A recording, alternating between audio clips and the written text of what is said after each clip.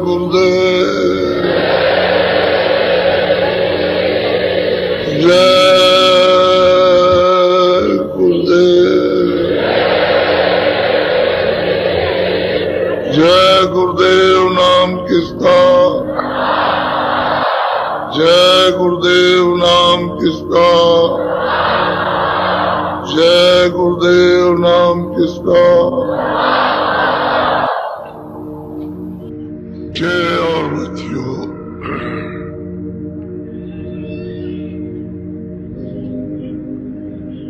ये संदेश जो दिया जा रहा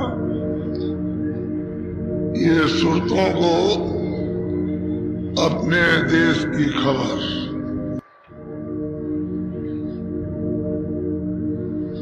और अपने देश में जो पिता है उसका संदेश सुनाया जा रहा है। अब जो लोग चाहेंगे कि हम अपने देश में पहुंचे और पहुंचकर अपने अनाथ पिता का दर्शन करें, उनको तो मिल जाएगा रास्ता, तो चल पड़ो। ये सनातन संदेश है। जिस रास्ते से सुरते जीवात्मा उतार करके ये अनेकों ब्रह्मांडों में होकर के लाई गई है, उनका ये संदेश दिया जा रहा कि किस किस तरह से उतारी गई, उतार करके यहाँ लाकर इस मनुष्य शरीर में कहाँ बैठा दिया और किस तरह से हम उनसे अलग थलग जुदा हो गए यानी बिछुड़ गए। अब कैसे वापस जाओगे, उसका ये संदेश सनातन आज कर रही है कि मैं कोई बना के ले आया। सनातन और सबका है, ये जितने भी जीवात्माएं सुरते आई है और सबका, और जिन्होंने हमको ला करके यहाँ फंसाया उनका भी वही रास्ता, लेकिन वो ऊंची मंजिल पर बैठे हैं तो उनका वहां से वापस जाने का। और आप यहाँ हो तो यहाँ से जब वहां पहुंचोगे तो वहां देखोगे कि तो ही बैठे और निकल जाओगे आप वहां, और नीचे रह जाएंगे अपने स्थान पर विराजमान है। तो मालिक ने सनातन रास्ता रखा है, और जब सुरतें उतारी गई तो संत यानी ज्ञान संत बोध मालिक का उसके साथ ही उतार दिया, और वो हमेशा यहाँ रहते रहेंगे, लेकिन वो किसी को कुछ बताएंगे नहीं, उनको कोई नहीं पहचान सकता, लेकिन ये सब सूचनाएं मालिक के दरबार में वो पहुंचाते रहते हैं कि किस तरह से जीव यहाँ फंसाए गए, ये सब उनको संदेशा दिया जाता है, और कैसे कैसे रो रहे और विलाप कर रहे उनकी कोई सुनवाई नहीं।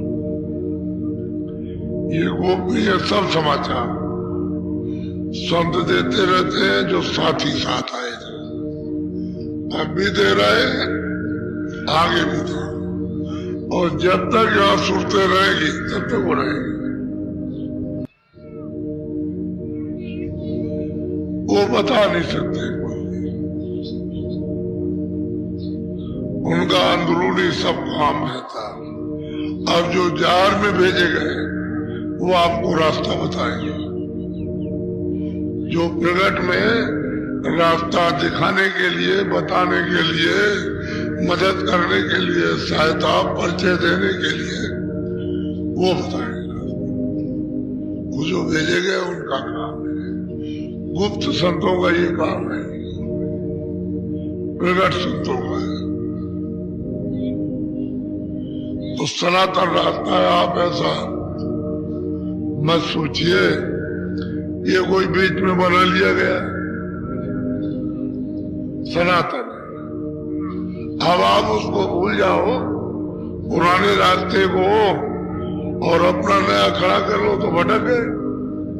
तो नया बनाए रहो उसमें, वो आपका रास्ता तो है नहीं। ये जीवात्मा उधर चली जाएगी। ये तो इंद्रियों के भोगों के रास्ते। तो भोगते रहो, चलते रहो, देखते रहो, भोगते रहो, रोते रहो, जलमते रहो, मरते रहो, बस ये रास्ता नहीं। जीव को जन्म मरण से छुड़ाने के लिए कोई रास्ता नहीं है। उस सनातन रास्ता है, तो आप भूलिए, भटकिए नहीं। कल आपको ये बताया कि वो मालिक जो सबका, एक इशारा किया तो इशारे की बात है। ये महासंख योजन, एक योजन की लंबाई 4 कोस। तो महासंख योजन, ऊपर चले जाओ कुछ पता नहीं, और उतना ही नीचे चले जाओ कुछ नहीं मालूम, और उतना ही ऐसे चले जाइए, ऐसे चले जाइए, कुछ पता नहीं चलेगा। ये आपको इशारा बता रहा हूं, संकेत। इतना बड़ा देश है आप, उसी को कहते हैं अथाह सागर। उसकी कोई था नहीं, न किसी ने लगा पाई और ना कोई लगा सकता है। अभी तक तो किसी ने कहा नहीं कि मैंने इतना लगा। हमने कहा बेइंतहा है, बेअपार है, उसका कोई पार नहीं। अब जब महासंख योजन, तुम तो मीलों की बात करते हो, वहां कोसों की बात की जा रही। महासंख योजन ऊपर चले जाओ, कुछ पता नहीं और कितना होगा। नीचे चले जाइए, कितना होगा। तो ये मैं आपको इशारा बता, ऐसा इन सुरतों का जो मनुष्य रूपी मंदिर में दोनों आंखों के मध्य में बैठी हुई है, और सब जीव जंतुओं के दोनों आंखों के बीच में छोटा सा छोटा कीड़ा हो, जानवर हो, पंछी हो गए, एक आंख इधर, एक इधर, एक आंख इधर, एक कान इधर, सब में हो, सब छोटा सा, जो देखने में नहीं आता है।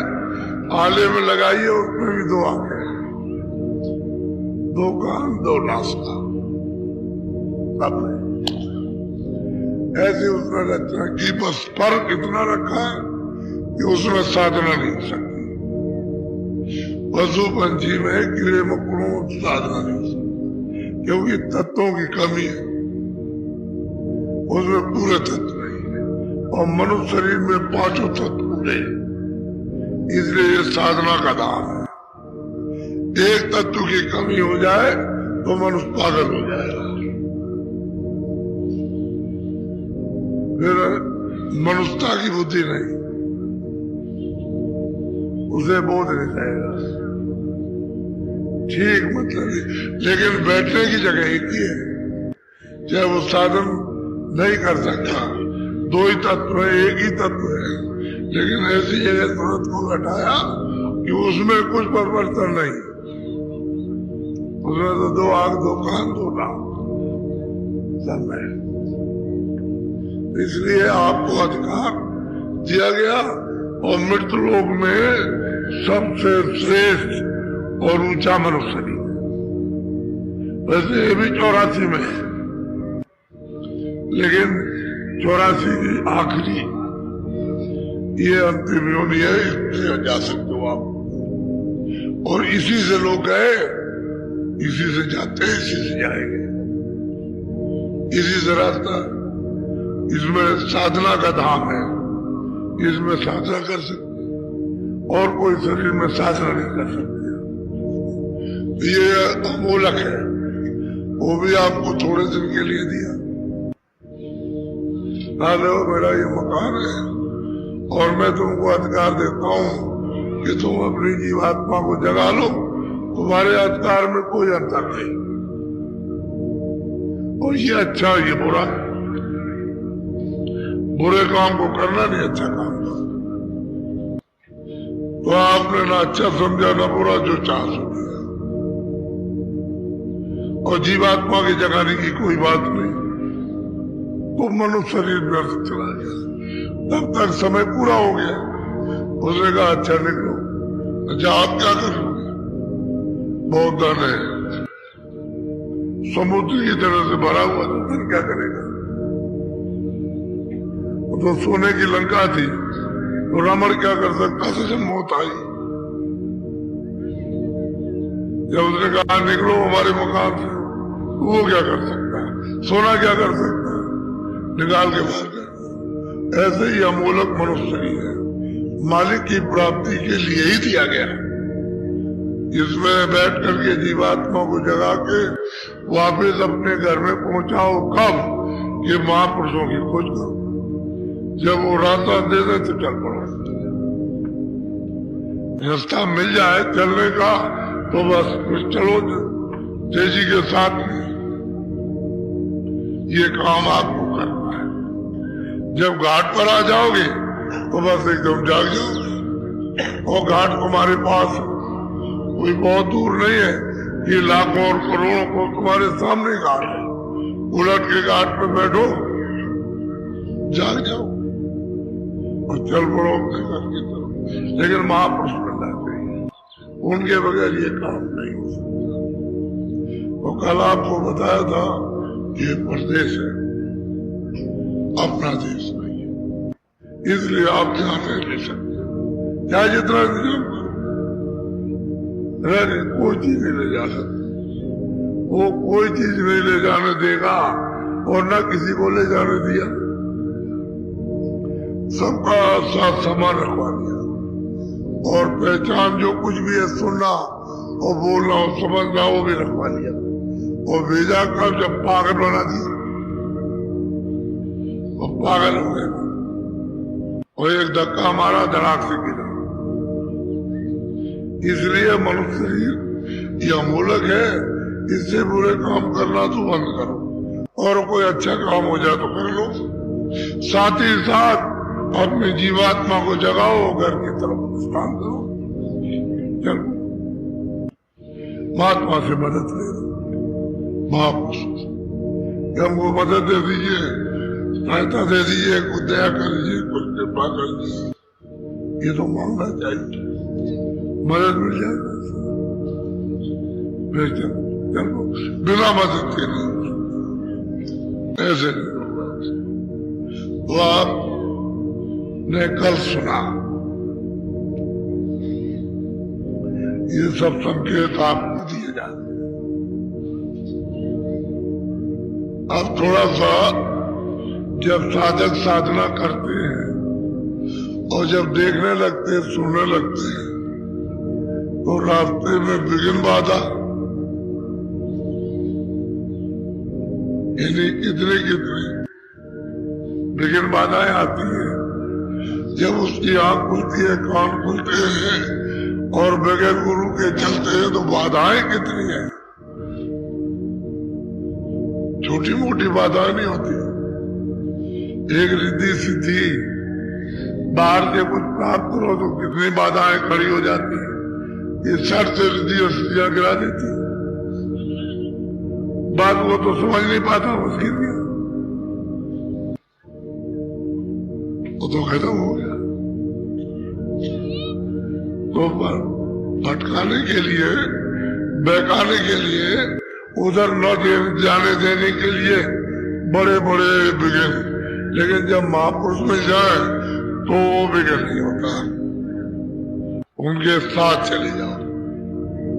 आपने देखा होगा कोई बड़ा अधिकारी है तो आप उसके पीछे पीछे हो जाइए और कोई नहीं बोलेगा, क्या सोचेंगे ये तो इनका आदमी है, पीछे पीछे चला जाएगा, तो पीछे पीछे चले जाइए, कोई नहीं बोलेगा।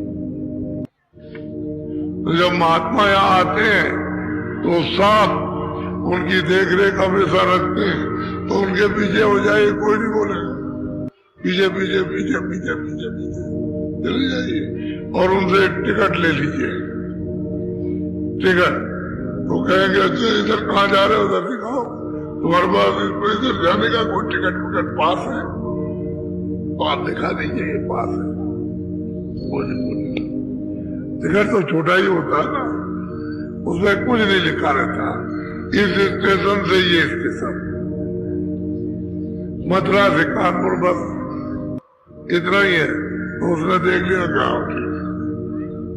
तुम गाड़ी में बैठो और टिकट नहीं रहेगा तो महात्माओं को और क्या वो टिकट दे देना, दे देते। तो फिर कोई रास्ते में बाधा नहीं, रास्ते में बड़ी बाधाएं खड़ी, तो थोड़ा सा जरा सुनिया। देखो गगन के बीच श्याम कंज खिल रहा,